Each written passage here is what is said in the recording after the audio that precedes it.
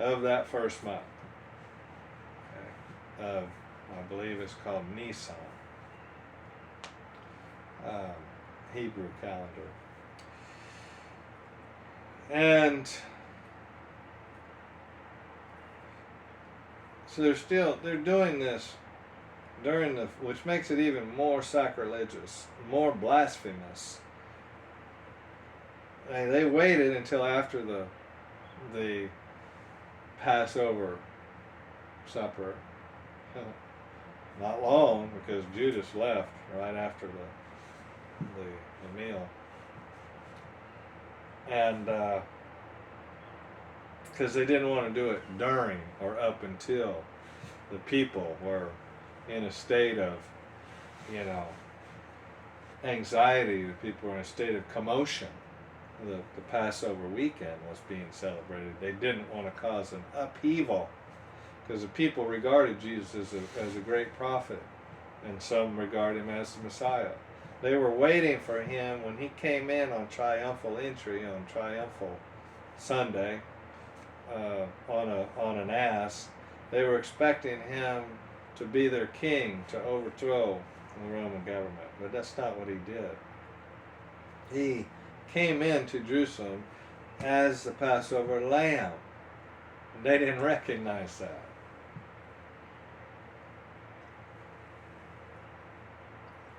And so they falsely tried him, Friday morning, early Friday morning, 6 o'clock, as soon as the sun, they weren't supposed to have court until the sun came up, but they were pressing him. The chief priests, Pharisees, the scribes, religious leaders were the ones who wanted him killed. They had made multiple attempts on his life, but were unsuccessful because his time had not come. But now his time is at hand, because it's Passover week. Okay. And so they falsely condemn him. The story. Pontius Pilate caves into their demands. They say, crucify him. Pontius kept saying, what evil has he done? Pontius Pilate, the Roman governor, his wife, said to have nothing to do with this just man. I had a bad dream about him. But Pilate, fearing that he would lose everything he had, his wealth and status as governor, he consented and conceded to their desires and their requests and their demands to have him crucified. Even though he had him scourged, he had him whipped, hoping that would satisfy the people, but it didn't. They wanted him crucified. And so from 6 a.m. to 9 a.m., he was in trial. He was whipped. He was scourged, beaten with sticks, and whipped with cords, and his clothes taken off, and his body completely ripped to pieces with the Roman leather whips that had pieces of stone and glass woven into the leather whip. So when it struck you, it would do a great amount of damage and lacerate your body, and even had little hooks where it would yank off portions of skin and tissue. It would really mess you up.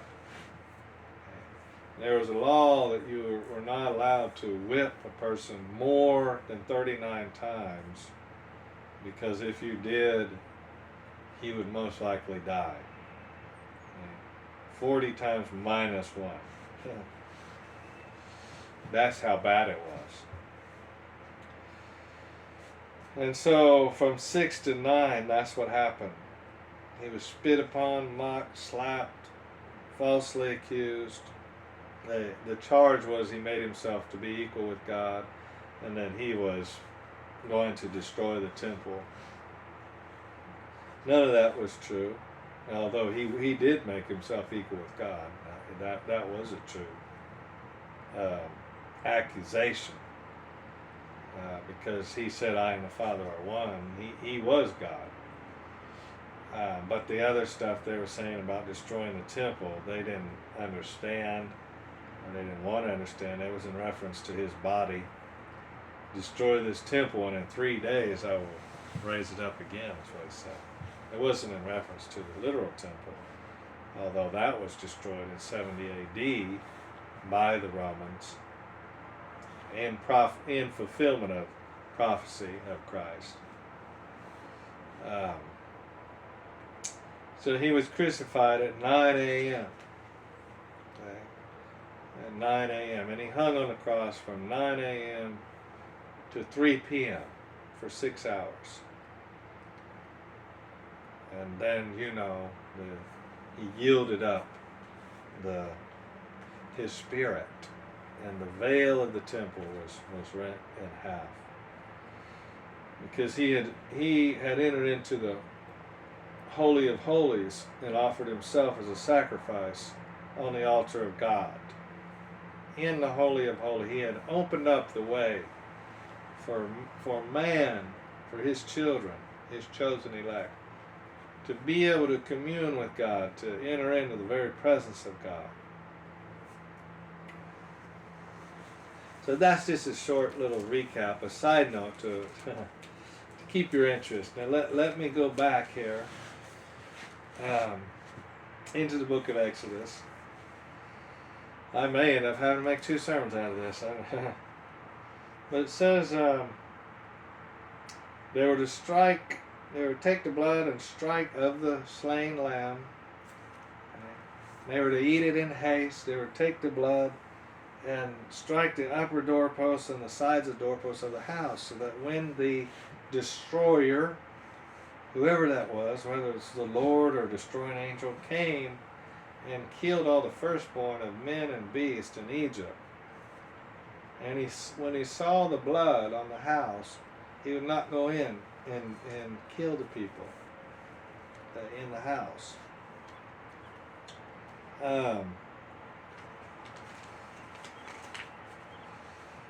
Okay, and it says in verse 29 that at 12 a.m. the Lord killed all the firstborn, men and cattle of the Egyptians. Not a house was there, where not a house where there was not one dead. Verse 30. So in all the houses of the Egyptians, the firstborn male died, and all their firstborn cattle died. And that was the,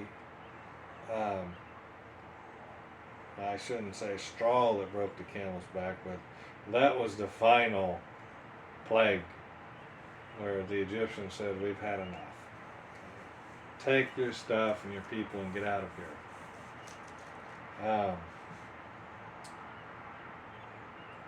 They shall eat the flesh in that night, roast with fire and unleavened bread.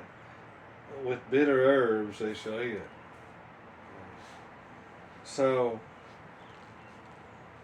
eat not of it raw, nor sodden with water, but roast with fire, head and legs and everything therein. And so this was they were to eat the meat of the lamb, roasted with fire, along with unleavened bread and bitter herbs. Why bitter? Because the bitter herbs represented the bitterness that they experienced while in Egypt for 430 years. It was a bitter life, living in slavery. That's not a good life. I mean, forced labor like that. It's not a good life. And it's sad that has happened even throughout the centuries of time. In other countries, even here in America,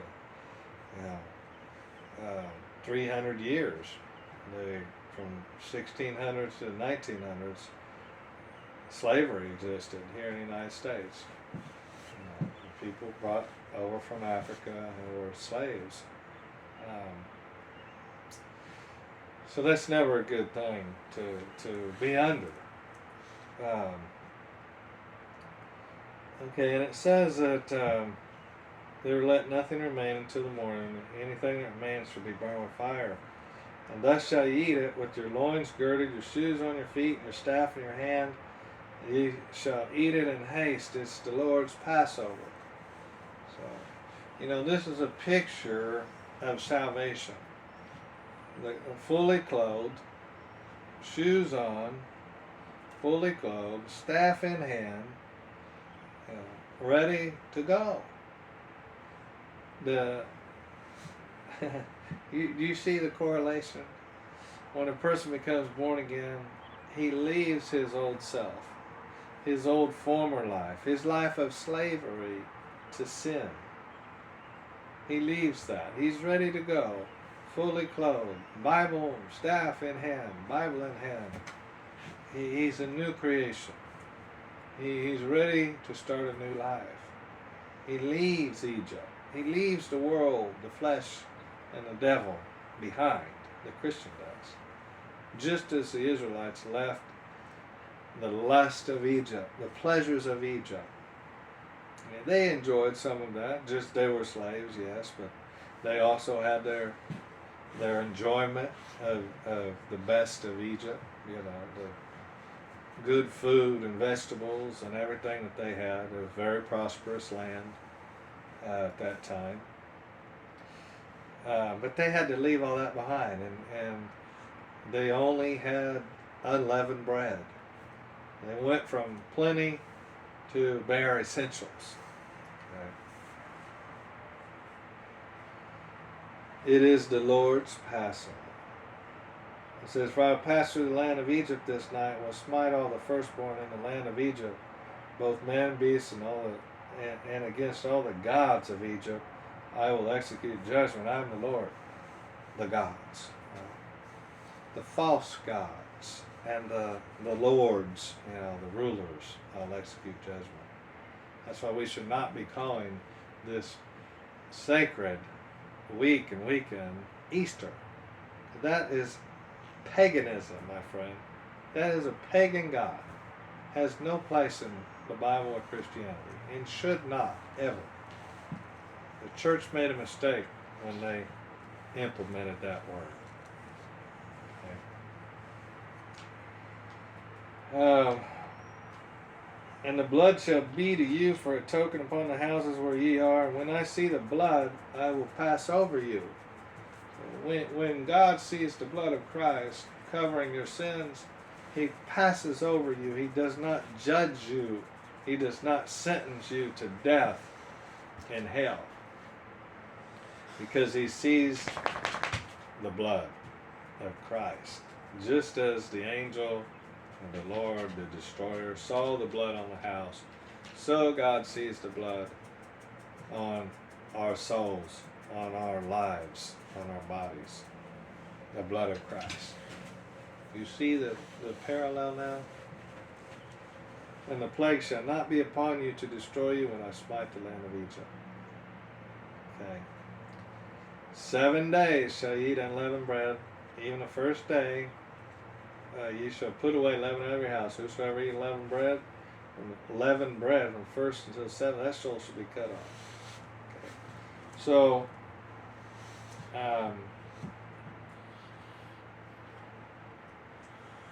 okay. I think you're getting an understanding now of the significance of the Passover in relation to Christ, the Passover lamb. Okay, and it says that they were to leave in haste. All right, and they borrowed from the Egyptians. They weren't going to bring it back. They took it. Maybe they told them they were going to bring it back, or I don't know why it says they lent unto them They gave them things to leave. They were pressing them to leave. The Egyptians were. They said, "Here, take this, take our silver, take our gold. Just get out of here. We don't want any more trouble. We've lost our firstborn. We've lost our crops, our cattle. We've lost nearly everything. Now just please go." You know. And it's funny that Pharaoh says, "And leave and bless me. Bless me also." You know. So we see that this picture, okay, of the children of Israel leaving the land, Egypt, okay, 430 years. I mean, we were in bondage too. Not 430 years, but for a good majority of our life. Unless you were saved as a young child, you were in bondage. You experienced it, okay. No work was to be done during those 7 days. From the 14th, from the day of the Passover, the day the Passover lamb was to be slain, until the 21st, not counting the 21st, but through the 20th, no leaven, no work. Okay. Clothes on, shoes on, staff in hand, eat in haste. They were still in Egypt at this time of the first Passover meal.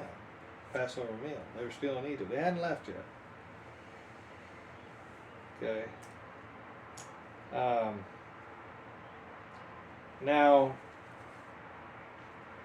Leviticus, there's something else that happens on this day of Passover that Christ performs. It's another day, and it was to be performed on the 7th month of the 10th day of the 7th month.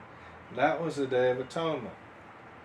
Okay. Once a year, the high priest was to go into the Holy of Holies and offer up a sacrifice for himself and for the people. That's known as the Day of Atonement.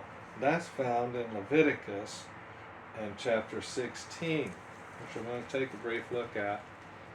You know, this subject is very profound. It's very in depth. It's very comprehensive. Okay? And you can spend a lot of time studying this subject, because there is a lot in it. It's beautiful to study it, especially the Passover and the Day of Atonement, because it is a direct correlation, direct parallel to Christ. Okay? He is that Passover lamb, and He is our Day of Atonement. He is that lamb that was killed on the Day of Atonement. And it says that, I can't go through this whole chapter in detail. Maybe next week I'll explain this Day of Atonement. It's important. But it was to be on the 7th month of the 10th day. Okay. And the offering was to be on behalf of the priest and the children of Israel. Christ, of course, was sinless. He didn't have to make an offering on behalf of His own. He didn't have any sin. But He made an offering of Himself on behalf of His people. Okay. Now, taking just a short look here, there was a goat and 2 goats. Okay. And to present them before the door, and Aaron shall cast lots, one for the Lord and the other for the scapegoat. Aaron shall bring the goat upon which the Lord's lot fell and offer him for a sin offering. Now is Christ. He was to bring these 2 goats for a sin offering. 2 young goats, 2 kids, and 1 ram for a burnt offering. Okay. So, and he also is to bring in a calf a calf for a sacrificial offering, or a young bullock for sin offering, a ram for the burnt offering for himself, and the 2 young goats for the people's sin offering. Okay, and the one ram for burnt offering. So the young bullock, okay, the bullock shall offer his bullock for sin offering, which is for himself. So here he had Aaron going in with 2 goats, a ram, and another ram, 2 rams, and a calf. 5 animals. Aaron was going in on the Day of Atonement. You know, we have sin offering, the bull, the calf, the sin offering, and the ram for a burnt offering.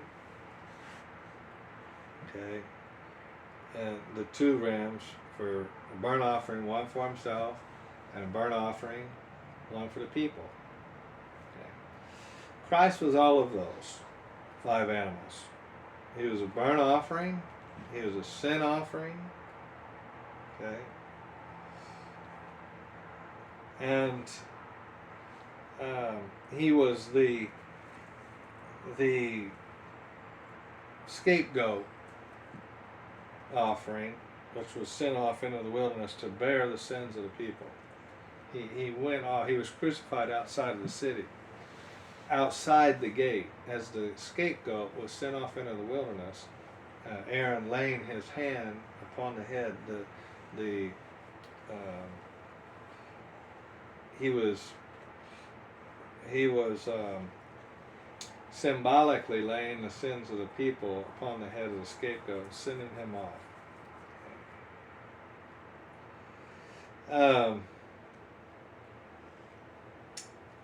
Okay, so I just want to touch on that. There's more detail to that on the Day of Atonement, but I just wanted to point that out, that Christ is that too of this Passover lamb, this Passover weekend.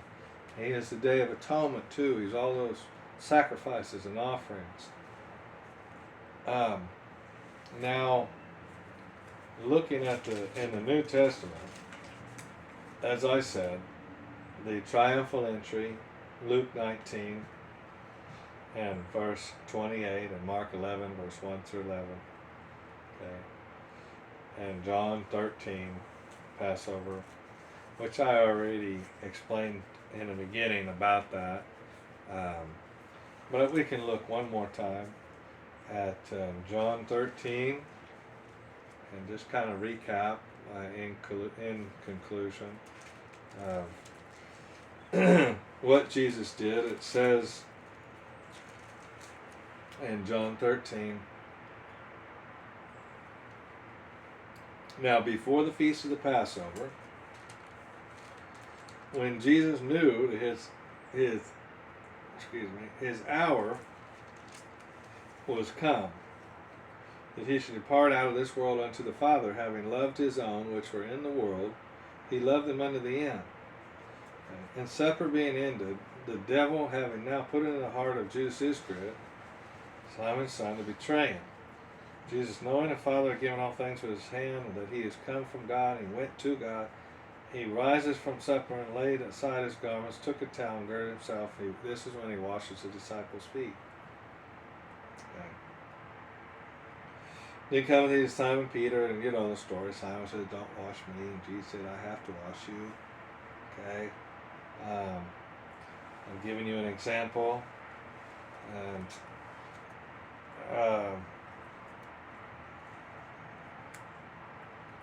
okay, to be a servant. And Jesus had said, that's a rebuke to modern day preachers and pastors today. They're not servants. They want to be served. But Jesus here gives them the final example. He washes their feet and says, I come not to be served, but to serve. And if you want to be great, then you need to become the least. Okay, so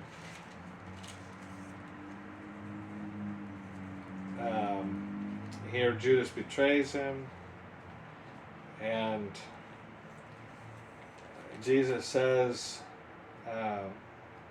now is the Son of Man glorified, and God is glorified in him. If God be glorified in him, God shall also glorify him in himself, and straightway glorify him. Alright? New commandment I give you, that you love one another as I have loved you, and you also love one another. By this shall all men know you are my disciples, if you have love one to another. So, that was John's account of the Last Supper. Now, Luke, in chapter 22, gives an account as well. Okay, we'll look at that real quick. Luke, in chapter 22, and he says, go, verse 7, then came the day of unleavened bread, when the Passover must be kept. And he said, sent Peter and John, saying, go and prepare us the Passover, that we may eat, and go find the lamb.